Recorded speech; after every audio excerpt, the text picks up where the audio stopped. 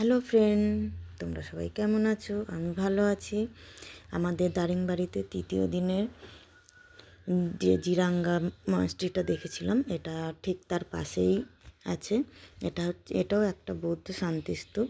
এখানে আমরা গেছিলাম লাঞ্চ করে। জিরাঙ্গা মনাস্ট্রির অপোজিটে রেস্টুরেন্ট আছে, ওখান থেকে লাঞ্চ যথারীতি এখানে চলে এসেছিলাম। এখানে এন্ট্রি ফি 5 টাকা করে নিয়েছিল। আমাদের কিন্তু জিরাঙ্গা মনাস্ট্রিতে কোনো টিকিট কাটতে হয়নি। অনেকের ভিডিও আমি দেখেছি, তারা দেখেছে যে জিরাঙ্গা মনাস্ট্রিতেও এন্ট্রি মানে টিকিট কেটেছিল, কিন্তু আমি জানি না কেন। হয়তো মেন মন্দিরটা বন্ধ হওয়ার দরুন আমাদের টিকিটটা কাটতে হয়নি বা কিছু হবে। কিন্তু এখানে এসে আমরা টিকিট কেটেই ঢুকেছিলাম 5 টাকা করে।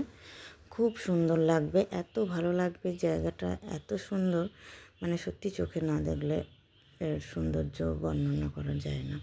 দেখতেই পাচ্ছ, যতটুকু ছবিতে ভিডিওতে বয়ে যাচ্ছে তাতেই দেখতেই পাচ্ছ যে কতটা সুন্দর। আমরা এখানে এগুলো ঘুরিয়ে খুবই ভালো লাগছিল।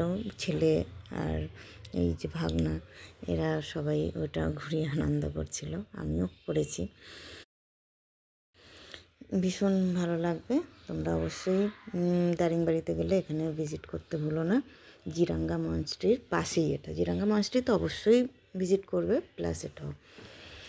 আমার ভিডিও ভালো লাগলে অবশ্যই আমার চ্যানেলটাকে লাইক, কমেন্ট, শেয়ার, সাবস্ক্রাইব সবই করবে। বলতে হবে না জানি, তাও বলে দিলাম।